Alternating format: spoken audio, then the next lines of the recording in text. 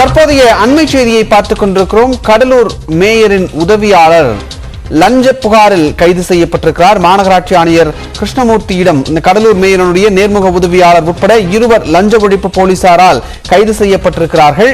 திட்ட அனுமதி வழங்க லஞ்சம் வாங்கிய புகாரில் இந்த நடவடிக்கையானது எடுக்கப்பட்டிருக்கிறது.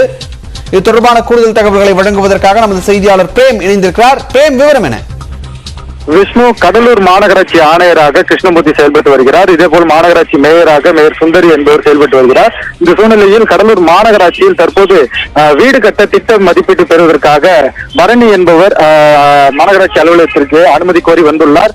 அவரை தனியார் கட்டிட உரிமத்திற்கு மேயர் PA ரகோத்தமன் அனுப்பியதாக கூறப்படுகிறது. அதனைத் தொடர்ந்து அந்த தனியார் கட்டிட நிறுவனத்தின் உரிமையாளர் ஆறுமுகம் பரணி என்பவரிடம் திட்ட அனுமதிக்காக மாநகராட்சியோட அனைத்து உரிமங்களும் பெற்றுத் தருவதற்காக 30,000 ரூபாய் லஞ்சம் பெற்றிருக்கிறார். அதைத் தொடர்ந்து தற்போது லஞ்ச ஒழிப்பு போலீசார் தற்போது புகார் கொடுத்த அடிப்படையில் தற்போது தனியார் உரிமம் பெற்றுத் தரும் ஆறுமுகத்தை தற்போது கைது செய்திருக்கிறார்கள்.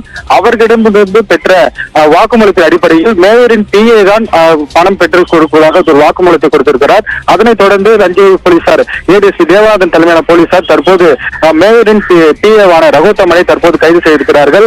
ஏற்கனவே கடலூர் மாநகராட்சியில் வீடு மற்றும் கடைகள் கட்டுவதற்காக வரைபடம் பெறுவதற்கு பல கோடி ரூபாய் லஞ்சம் பெறுவதாக ஒரு புகார் எழுந்தது.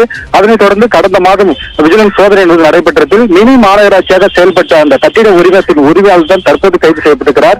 ஏற்கனவே லஞ்சத்தில் சிக்கியுள்ள கடலூர் மாநகராட்சி தற்போது மீண்டும் லஞ்சம் பெறுவதில் அதே லஞ்ச புகாரில் 2 பேர் கைது செய்யப்பட்டிருப்பது பெரும் சர்ச்சையை ஏற்படுத்தியிருக்கிறது. இதில் முக்கியமாக மேயர் சுந்தரி அவர்களின் PA நேர்முக உதவியாளர் ரகோத்தமன் கைது செய்யப்பட்டிருப்பது பெரும் சர்ச்சையை ஏற்படுத்தியிருக்கிறது.